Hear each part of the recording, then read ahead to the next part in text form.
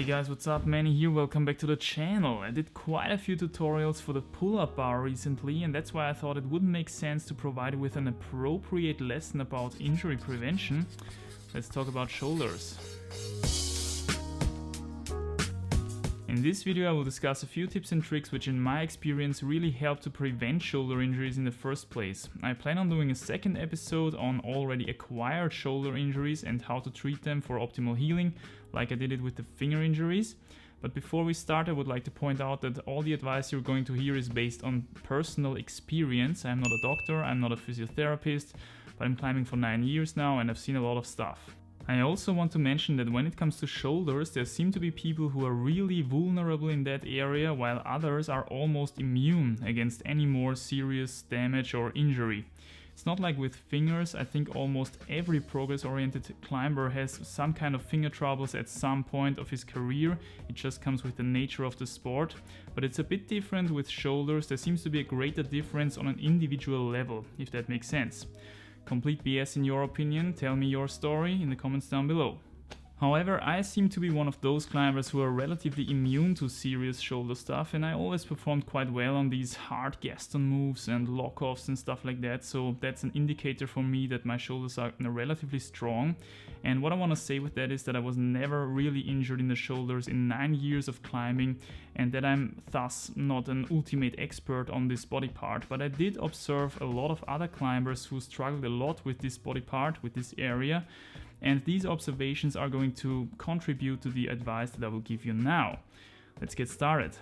The first and I believe most important thing that you should pay attention to if you want to avoid shoulder troubles in general is do not fall into your open shoulders, into your straight arms in an uncontrolled manner. I see this all the time at the gym and occasionally outdoors. The least severe case is when people are doing sloppy pull-ups, when they fall into straight arms and open shoulders between two pull-ups. Always try to keep your arms at least a little bit bent. This way your muscular structures carry the weight of your body all the time and you do not wear out inner tendons and ligaments and stuff like that, which serve as kind of a last resort to hold your body parts together on a skeletal level. I hope that makes sense. Protect your inner structures, which take a long time to heal and adapt, by using your outer structures, your muscles, which will adapt to a new training stimulus more quickly. And this way you will also make your training more efficient for obvious reasons. It's likewise in fingers, as we discussed previously. The more open and active you grab a hold, the better from a perspective of injury prevention, because you're using mostly your forearm muscles instead of inner structures like pulleys, tendons and joints and stuff, which are under heavy attack when full crimping. The problem will become more severe when the body weight is no longer distributed onto both arms but rather carried by only one arm, for example when laddering down the campus board or the peg board.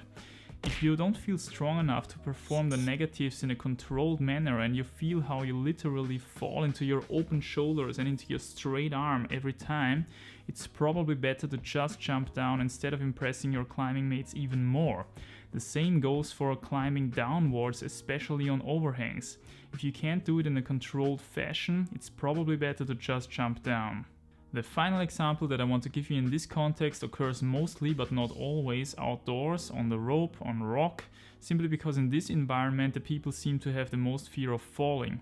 The typical situation is that the climber has a really good hold in one hand and some kind of bad hold either in the other hand or on the other foot, a kind of a slippery foothold for example, and then all of a sudden this bad handhold or this bad foothold slips off, it goes off, and the climber falls with all of his weight into the good hold. And in his shock, and because he doesn't want to fall, he grabs really bad, really hardly onto this really good hold, but because he lacks the strength and upper body shoulder strength and lock-off power to instantly lock this hold off, and to be fair, this would take also amazing reflexes, he falls into his completely open shoulder and into his completely straight arm, and of course very often some kind of shoulder overload issue is the consequence.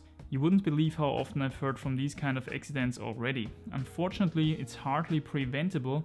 All I can tell you is that you should pay attention in these kind of situations, and you maybe should just let go of this good hold if you want to prevent these short-term overload shoulder issues, which are going to be the consequence of grabbing really hard onto it. Alright, so much for that. Let's move on to the second big tip, which is do not overdo it on extreme gaston moves. Now this is something I find myself doing quite often, simply because I easily get psyched on super hard gaston moves because I think I'm quite good at it, and that's why I want to get this move done, and I will try it over and over again, always the same shoulder, always the same structures, and that's of course really detrimental for your shoulder. And sometimes I can feel it after the session, like that might be a little bit too much, a little bit of pain here and there, but luckily I never got something severe from it. But I'm sure if you're a little bit more prone to shoulder injury, maybe shoulders are even your weakness, then it's not a good idea to try the same super hard gaston move over and over and over again. Here you have to develop a feeling of how much is enough, because in many cases you don't feel the damage until the systems cool down after the session is over, and then it's too late. So here you have to take the saying, just listen to your body, to the next level and adopt, listen to your experience about your body. The third tip that I can give you, and this one applies to pretty much all injury related topics, warm up properly. It's common sense. Do not start your session by doing hardcore moves in the overhang. Just start with some easy climbing, or maybe even some easy resistance exercise using a TheraBand or some light weights, and increase the intensity slowly. I think a lot of injuries could actually be avoided by just respecting this simple rule. And my final tip for this episode is do some corrective exercises from time to time.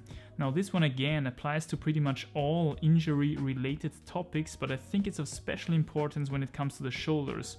You have to realize that the shoulder is an extremely complex joint which is sheathed by an even more complex apparatus of muscles and tendons and all the good stuff in order to provide us with the amazing mobility that our shoulders have. We as monkeys have an incredible range of motion in our shoulders when you compare it to other animals. And climbing itself does a pretty good job in stressing all kinds of things which attach to our shoulders, but it's also missing out on some stuff, especially parts of the delts and parts of the rotator cuff as far as I remember it. But I think I'm going to do a whole separate video on corrective exercises, since that's a pretty interesting topic. So to sum this up, if you want to prevent climbing related shoulder injuries in the first place, avoid falling into your straight arms, into your open shoulders. Do not overdo it on extremely hard gaston moves. Always warm up properly and throw in some corrective exercises from time to time. And that's already it for this episode, my friends. I hope you've got something from it. If you did, please leave a like, it helps a lot. And as with all the other injury related videos, please share your stories in the comment section down below so that we all can learn from them and eventually prevent some future upcoming injuries from happening. Other than that, take care of your shoulders, and I'll see you guys next time.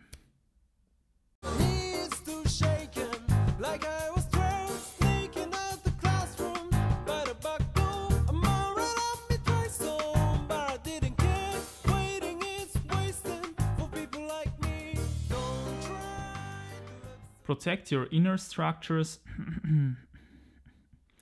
Protect your inner